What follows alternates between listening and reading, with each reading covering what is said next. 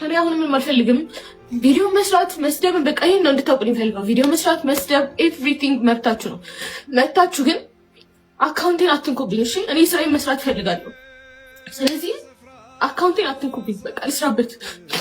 ይሄን ነው ለማለት የመጣሁት። ልስራበት። ተውኝ እንዴ 5 እና 6 ስራ አስቀምጬ መፖስት እንኳን ፈራሁ። ማን ያይልኛል እንዳለ ቪዲዮችን